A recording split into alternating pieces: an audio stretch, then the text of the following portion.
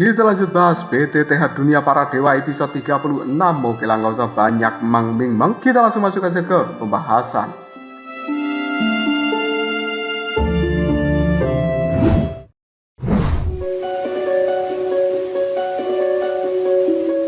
Pandangan mata dari para tetua kali ini melihat ke arah Shouyen. Mereka cukup terkejut ketika mendengarkan bahwa Shouyen tidak terluka sedikit pun ketika menjalani kesengsaraan Kaisar Bintang 3 Dodi. Sambil melihat pada para tetua itu, Shouyen pun berkata dengan nada suara yang cukup polos, bukankah cukup wajar ya jika tidak terluka ketika menghadapi kesengsaraan Kaisar? Tetua Xiaolong tiba-tiba saja berkata, wajar katamu, dasar bocah nakal. Kau ini mengejek kami para tetua ya? Tanyakan pada siapapun tetua di dalam tempat ini, siapa dari mereka yang tidak pernah mengalami cedera ketika kesengsaraan Dodi? Cukup baik jika kau tidak kehilangan lengan atau kaki, terutama selama kesengsaraan Kaisar Bintang 2. Pada saat itu, kau mengalami kesengsaraan Kaisar Bintang 2 Dodi ini di dalam reruntuhan kuno, bukan? Bagaimana rasanya? Apakah kau terluka? Shouyen tidak bisa menyembunyikan apapun yang kemudian dia mulai mengatakan,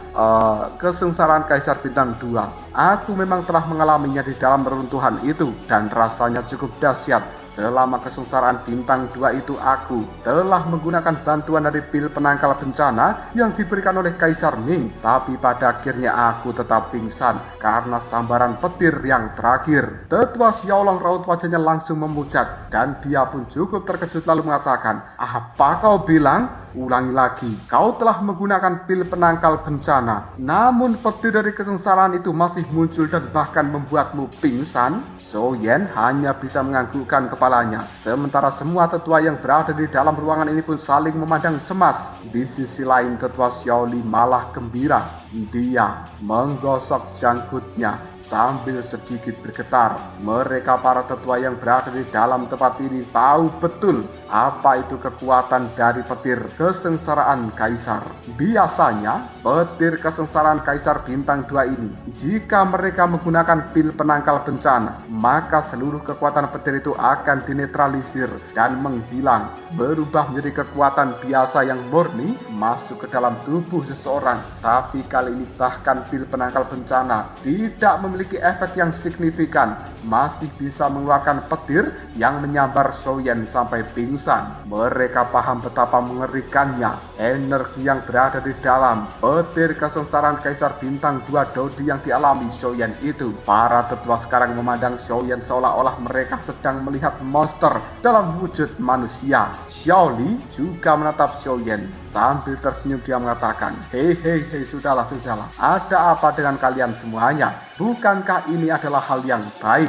Barulah semua tetua menanggukkan kepalanya dan mulai tersenyum. Selanjutnya tetua Xiaoli menduga bahwa kultivasi yang dilakukan Shouyen selama setengah bulan terakhir pasti bertujuan untuk menaklukkan api surgawi ledakan bumi. Dia kemudian bertanya, ngomong-ngomong Shouyen, bagaimanakah kultivasimu? Apakah kau sudah berhasil menaklukkan api surgawi ledakan bumi? Semua orang yang hadir di dalam tempat ini pun kembali mengarahkan pandangan ke arah Shouyen. Dan mereka cukup penasaran, bagaimanapun juga api surgawi ledakan bumi juga memegang posisi yang sangat penting di dalam klan Xiao. Shouyen terdiam sejenak dan akhirnya dia menganggukkan kepalanya lalu mengulurkan telapak tangan.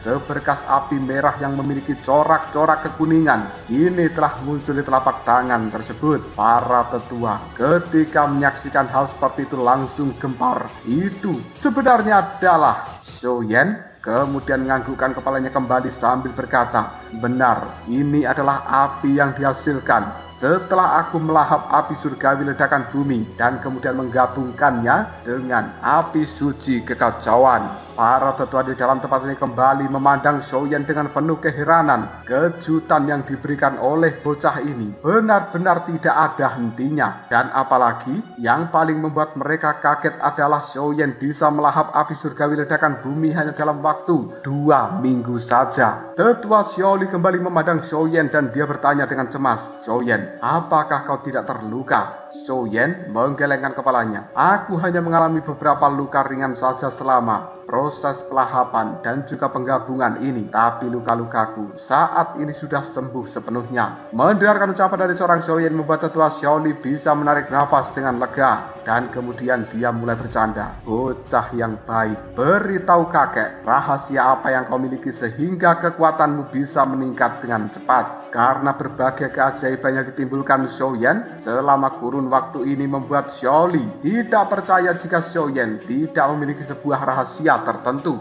Mendengarkan perkataan dari kakek Xiaoli, Xiaoyan pun terdiam untuk sesaat sementara para tetua penasaran. Mereka menatap tajam ke arah Xiaoyan dan berpikir apakah bocah ini akan benar-benar mengungkapkan rahasianya dan kenapa dia bisa begitu jenius. Tidak lama kemudian Xiaoyan hanya tersenyum sambil menggaruk kepalanya karena dia tidak tahu harus mengatakan apa, karena beberapa rahasia yang dia miliki memang tidak bisa dibocorkan begitu saja. Jika tidak, hal ini pasti akan menimbulkan kehebohan serta keributan di seluruh benua Dodi.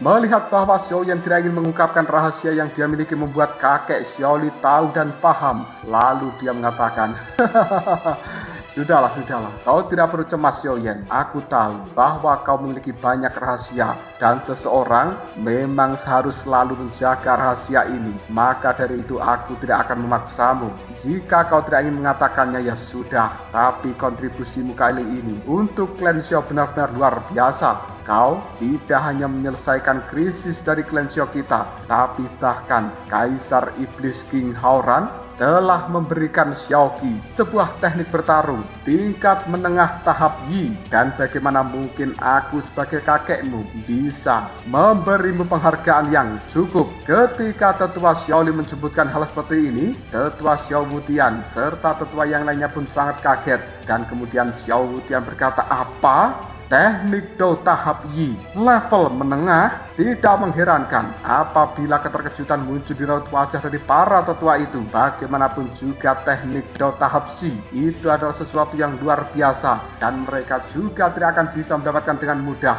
di pelelangan tertinggi dari tempat ini. Mereka semuanya para tetua tidak menyangka bahwa akhirnya klan Xiao akan memiliki teknik Dou tahap Shi level menengah yang merupakan benda yang selama ini diimpikan oleh banyak orang, dan dimilikinya benda itu oleh Xiaoqi juga tidak terlepas dari seorang Xiaoyan. Xiaoyan pada akhirnya segera berkata, kakek, sudahlah, jangan bicarakan soal hadiah. Bukankah aku sudah melahap api surgawi ledakan bumi? Itu merupakan hadiah yang cukup luar biasa. Xiaoli menarik nafas dalam-dalam, lalu dia berkata, Xiaoyan, sayangnya klan Xiao kita ini masih terlalu lemah. Di provinsi Kaisar kita mungkin memang dianggap cukup kuat, tapi di seluruh dari benua Dodi kita bagaikan seekor semut. Jika tidak, pemimpin klan Xiao kita yaitu tetua Xiao Yao mungkin tidak akan pernah pergi berkelana untuk mencari jalan menuju kemakmuran. Xiaoyan, mungkin saat ini kemakmuran dan juga kekuatan dari klan Xiao sepenuhnya akan bergantung pada pundakmu. Mendengarkan ucapan dari tetua Xiaoli membuat Xiaoyan hanya bisa menganggukkan kepalanya, dan dia merasa bahwa tanggung jawabnya di hadapan dari semua tetua serta klan Xiao ini sangatlah berat. Melihat perubahan raut wajah dari seorang Xiaoyan membuat tetua Xiaoli kemudian mengatakan, sudahlah, kita tidak perlu membicarakan hal-hal yang cukup menyedihkan itu. Xiaoyan, katakan pada kakekmu ini, kebaikan besar apa yang telah kau lakukan kepada ras iblis sehingga Kaisar Iblis Haoran memberikan hadiah yang sangat berharga seperti itu kepada Xiaoqi. Banyak tatapan mata tetua di dalam tempat ini melihat ke arah Xiaoyan dengan penuh penasaran. Sementara Xiaoyan tanpa ragu lagi dia langsung mengatakan apa sebenarnya yang telah terjadi, namun juga masih mengurangi beberapa rahasia yang tidak mungkin diungkapkan. Xiaoyan pun mulai bercerita. Masalah ini bermula dari kuburan wilayah iblis yang kalian sebut sebagai reruntuhan kuno itu. Xiaoyan menceritakan secara garis besarnya tentang peristiwa yang dia alami di dalam makam iblis, dan tentu saja beberapa detail yang cukup rahasia seperti garis keturunan ras iblis, roh hantu, wali obat yang diberikan pada Xiaoyan itu tidak diungkapkan. Setelah itu Xiaoyan juga berbicara tentang dia yang sudah berhasil menyatukan api suci kekacauan di dalam reruntuhan kuno kekacauan, lalu membawa Xiaoqi menuju klan iblis darah untuk mengembalikan token iblis darah. Xiaoyan belum mendapatkan imbalan tentang seni roh darah dan juga penyerapan inti binatang iblis, tapi dia juga menghilangkan cerita tentang hal ini karena tidak mungkin diungkapkan pada para tetua. Xiaoyan belum melanjutkan kata-katanya dan kemudian, seperti apa yang kalian semuanya ketahui, pemimpin dari klan iblis darah yaitu Raja King Haoran telah mendapatkan token iblis darah dan dia menjadi kaisar iblis yang baru, lalu memberikan teknik Dao tahap Si kepada Xiaoqi. Dia jugalah yang memerintahkan orang-orang dari klannya untuk menyelesaikan krisis dari klan Xiao serta menjaga tempat ini dari orang-orang jahat klan iblis jiwa. Para tetua yang mendengarkan cerita dari Xiaoyan, pandangan mata mereka semuanya terbelalak. Saat itulah mereka mengerti bahwa pria berjubah hitam yang jahat adalah orang yang berasal dari klan iblis jiwa dan kenapa bertekad untuk menangkap Xiaoyan, karena ternyata hal itu memang terkait dengan harta karun yang didapatkan Xiaoyan, yaitu token iblis darah. Salah seorang tetua tiba-tiba saja berbicara, klan iblis darah ini benar-benar pelit. Xiaoyan telah memberikan mereka begitu banyak keuntungan, namun mereka hanya memberikan Xiaoqi teknik Dao tahap Yi dan tidak memberikan keuntungan apapun pada Xiaoyan. Mendengarkan kata-kata seperti itu, Xiaoyan segera tersenyum lalu menimpali. Sebenarnya bukan begitu. Ketika aku berada di dalam makam iblis, kaisar leluhur dari klan iblis darah telah membantuku naik ke bintang 2 Dodi. Sementara kaisar yang baru yaitu King Haoran juga telah membantuku naik ke bintang 3 Dodi. Bukankah manfaat seperti ini sudah cukup besar? Xiao Wutian menimpali. Benar, manfaat ini tidaklah kecil. Jika tidak, siapa yang tahu kapan Xiaoyan akan bisa mencapai bintang 3 Dodi hanya dengan mengandalkan kekuatannya sendiri. Kalian para tetua pasti sangat paham betapa sulitnya mencapai bintang 3 Dodi ini.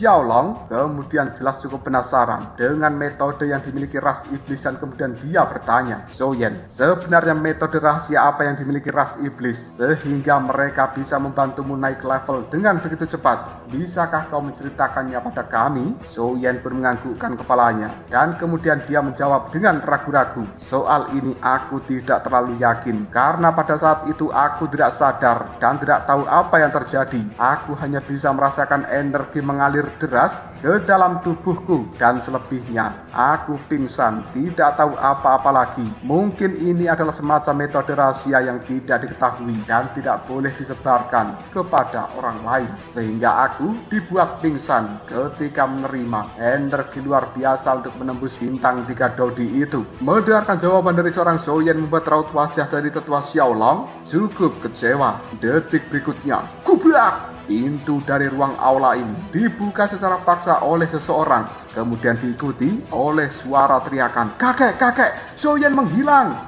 Ternyata itu adalah suara dari Xiaoqi. Dia pun berlari ke dalam aula besar ini dengan wajah yang terlihat nampak gugup. Begitu Xiaoqi melihat Xiaoyan duduk di kursi sebelah kakeknya, dia cukup malu. Raut wajahnya memerah dan kemudian menatap Xiaoyan dengan pandangan mata yang linglung. Semua orang di dalam tempat ini kecuali Xiaoyan dan juga Xiaoli lalu tertawa terbahak-bahak ketika melihat Xiaoqi cukup malu seperti itu. Ternyata Xiaoqi mengetahui bahwa hari ini merupakan hari pertemuan para tetua dan dia sadar bahwa Xiaoyan belum mengetahui tentang hal itu. Jadi dia berinisiatif menuju ke kamar dari Xiaoyan untuk melihat apakah kultivasi Xiaoyan sudah selesai. Jika sudah, akan memberitahukan pada dia soal pertemuan para tetua. Namun ketika Xiaoqi sudah tiba di tempat dari Xiaoyan, dia tidak menemukan kekasihnya di dalam rumah itu. Dan karena khawatir Xiaoyan pergi meninggalkan tempat ini, pada akhirnya Xiaoqi pun berlari ke aula utama untuk menemui kakeknya. Namun ternyata Xiaoyan malah berada di dalam tempat ini. Tetua Xiaolong tiba-tiba saja bercanda, Xiaoqi, apakah sekarang kau mengkhawatirkan suamimu? Xiaoqi tidak memberikan tanggapan apapun karena dia benar-benar malu. Sementara Zhou Yan sendiri hanya bisa menggelengkan kepalanya ketika melihat adegan ini. Xiaoli kemudian berkata, sudahlah, lihatlah betapa malunya Kier. Nah, kau datang di waktu yang tepat. Hari ini kita akan membahas pernikahanmu dengan Zhou Yan. Undangan sudah dikirimkan pada semua pihak. Apakah kalian berdua ingin menambahkan sesuatu di dalam undangan itu? Xiaoqi hanya bisa menggelengkan kepalanya. Sementara Zhou Yan juga tidak tahu apa yang harus dia katakan. Namun selanjutnya Zhou Yan setelah lama terdiam, dia mulai berbicara. Kakek, kita akan mengikuti semua pengaturanmu saja. Xiaoli tertawa terbahak-bahak sambil menganggukkan kepalanya. Dia jelas sangat gembira dalam hal ini. Xiaoli kemudian melihat pada Xiao Butian sambil berkata, baiklah, kita tidak akan membahas masalah ini lebih lanjut. Tetua keempat Xiao Butian, kau jalankan sesuai dengan aturan lama dari klan Xiao kita. Xiao Butian ketika mendengarkan hal seperti itu, dia hanya bisa mengatakan, tenanglah, Anda tidak perlu khawatir. Ini akan menjadi acara yang paling meriah dan juga megah. Percayakan saja pada diriku. Tetua Xiaoli kembali melihat pada Zhou Yan dan kemudian dia bertanya, ngomong-ngomong Zhou Yan, karena semua orang sudah berkumpul di dalam tempat ini dan juga Xiaoqi juga sudah datang, ceritakan pada kami apakah kau punya rencana selanjutnya. Zhou Yan pun cukup tercengang dengan pertanyaan secara dadakan ini. Soal rencana, dia benar-benar belum memikirkan rencana ke depannya karena Zhou Yan baru berada di dalam benua Dodi ini kurang dari 1 tahun serta masih begitu banyak hal yang telah terjadi. Bahkan Zhou Yan juga belum sepenuhnya memahami situasi dari provinsi Kaisar, apalagi seluruh benua Dodi. Jadi, bagaimana mungkin bagi seorang Zhou Yan untuk membuat sebuah rencana? Hanya saja, ketika pertama kali Zhou Yan menginjakkan kaki di dalam benua Dodi ini, dia memiliki ide untuk membangkitkan leluhurnya yaitu Xiao Xuan. Zhou Yan bertanya kembali tentang kebangkitan jiwa yang tidak lengkap. Jika tidak ada pilihan lain, mungkin aku akan pergi menuju klan Yao. Xiaoli mengingat kembali masalah ini dan kemudian dia berkata, oh ya, aku ingat sekarang. Kau menyebutkan pada diriku bahwa pertama kali kau tiba, dirimu ingin membangkitkan seorang tetua yang bernama Xiao Xuan, bukan? Xiaoqi tiba-tiba berbicara, Xiao Xuan? Xiaoli pun menoleh pada Xiaoqi. Lalu dia bertanya, Kier, ada apa? Apakah dirimu mengenal Xiao Xuan? Xiaoqi raut wajahnya dipenuhi kesedihan dan kemudian dia pun mengatakan, iya benar, aku telah tumbuh bersama dengan Xiao Xuan sejak kecil, tapi sayangnya dia gagal dalam upaya untuk menembus Dodi lalu meninggal. Xiaoli menatap Xiaoqi, kemudian dia juga menoleh pada Zhou Yan, tiba-tiba langsung tertawa.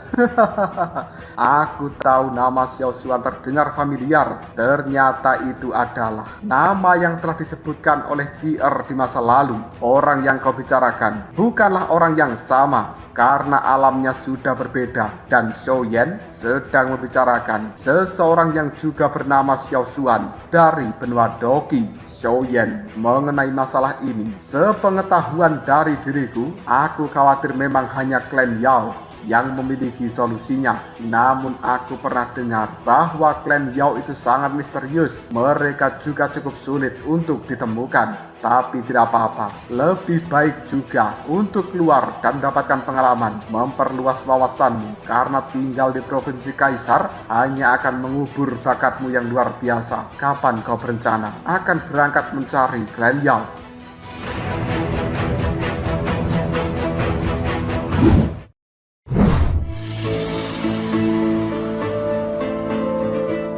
Zhou Yan pun kemudian mengatakan, untuk hal ini aku sendiri bahkan tidak tahu harus mencari ke arah yang mana. Xiaoli kemudian berbicara, kau pergilah ke provinsi di Yuan. Tempat itu merupakan tempat yang paling makmur di seluruh benua Dodi, memiliki kota-kota terbesar dan tempat para ahli berkumpul. Ada banyak informasi yang bermanfaat untuk pencarianmu terhadap klan Yao. Namun bahayanya juga sangat besar. Seseorang yang berada di bintang 3 Dodi ketika berada di sana mungkin hanya akan menjadi seorang penjaga gerbang.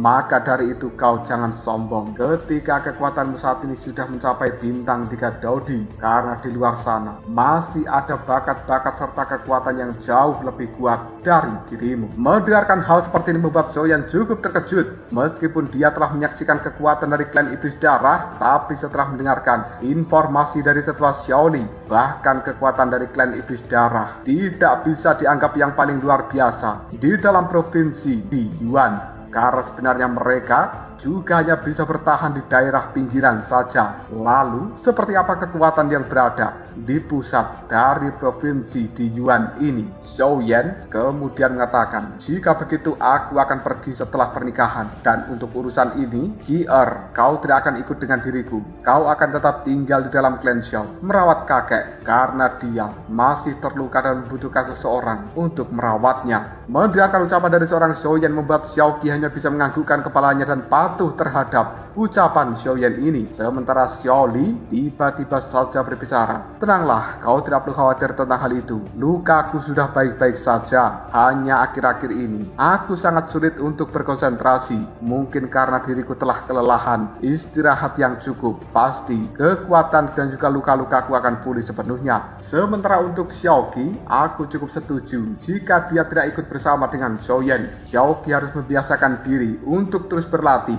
teknik Dao tahap Si, karena sekarang provinsi Kaisar juga tidak damai. Baru-baru ini kekuatan besar lainnya sudah mulai memperebutkan sumber daya di dalam urat Kaisar lagi. Tetua Xiaolong, raut wajahnya berubah menjadi sangat serius dan kemudian dia menimpali. Orang-orang itu tanpa dukungan klan Iblis Jiwa, mereka tidak akan bisa membuat masalah. Kita akan membahasnya dengan Kaisar Ming di dalam pernikahan Zhou Yan. Oh ya, ngomong-ngomong, akhir-akhir ini aku juga kesulitan berkonsentrasi ketika memurnikan pil obat. Padahal biasanya aku tidak pernah gagal, tapi sekarang juga gagal berkali-kali. Sepertinya aku juga harus beristirahat. Xiaoli menganggukkan kepalanya sambil berkata, baiklah, jika begitu pertemuan hari ini sudah cukup. Semuanya bisa kembali dan juga beristirahat sejenak, lalu bersiap untuk pernikahan Zhou Yan serta Qi-Er. Waktu pun terus berjalan dengan cukup cepat. Hari pernikahan Zhou Yan dan juga Xiao Qi secara resmi telah tiba. Seluruh klan Xiao saat ini sudah dihiasi oleh lampion-lampion merah, dipenuhi kegembiraan dan juga suasana perayaan yang cukup bahagia menyelimuti wajah semua orang. Para tokoh berpengaruh dari seluruh provinsi Kaisar, mereka telah tiba satu persatu yang kemudian mengucapkan selamat atas pernikahan ini. Iring-iringan kereta kuda pun tiba. Zhou Yan berada di dalam kereta kuda itu menggunakan jubah pernikahan berwarna merah.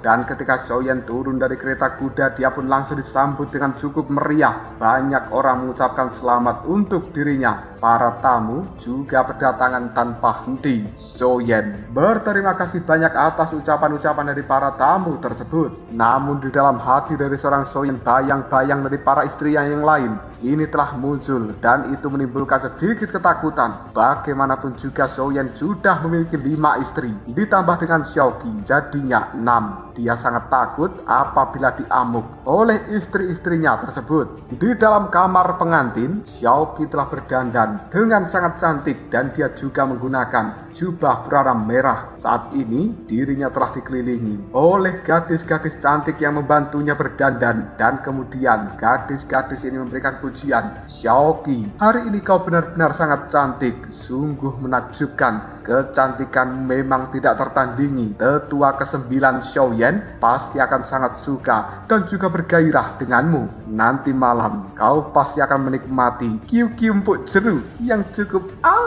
Mendengarkan kata-kata seperti ini, Xiao Qi hanya bisa menggelengkan kepalanya dengan raut wajah memerah dan berkata, apa-apaan sih kalian ini?